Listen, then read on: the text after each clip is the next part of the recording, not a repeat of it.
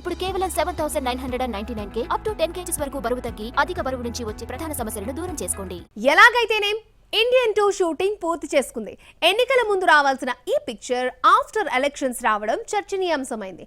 జూన్లో రిలీజ్ అవుతున్న ఈ సినిమా ఇప్పుడు తాజా పోస్టర్తో హల్చల్ చేసే ప్రయత్నం చేస్తుంది. సేనాపతి హెచ్చరికల పోస్టర్లు ఇండియన్ 2 మార్కెటింగ్లో భాగమేనా? ఇండియన్ 2 షూట్ మొదలైనప్పటి నుంచి కంప్లీట్ అయ్యే వరకు మేకర్స్ కాస్త ఎక్కువగానే కష్టపడుతున్నారు. ఫైనాన్షియల్ ఇష్యూస్ తో షూటింగ్ ఆపుకున్న ఈ సినిమా ఆ తర్వాత కోర్టు తీర్పుతో సెట్స్ మీదకెళ్లాల్సి వచ్చింది. ఇప్పుడు జూన్ లో ప్రేక్షకుల ముందుకు రాబోతూ ముందస్తుగానే మరింతగా హల్చల్ చేయాలని చూస్తోంది. భారతీయుడు సీక్వెల్లోనూ కమల్ సేనాపతి పాత్ర పోషిస్తున్నాడు.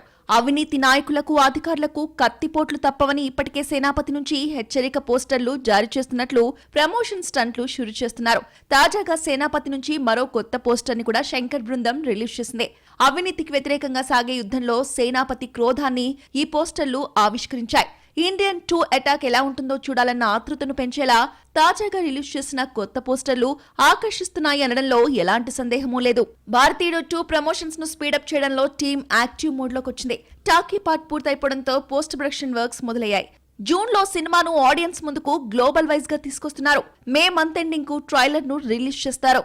అయితే తాజాగా వచ్చిన పోస్టర్లలో జీరో టాలరెన్స్ అనే ట్యాగ్ లైన్ కి తగ్గట్లుగా అస్సలు క్షమించని సేనాపతిని చూడాలని ఆడియన్స్ కోరుకుంటున్నారు. మీనాక్షి చౌదరిపై మొన్నటి వరకు కాస్తో కూస్తో హోప్ ఉండేది.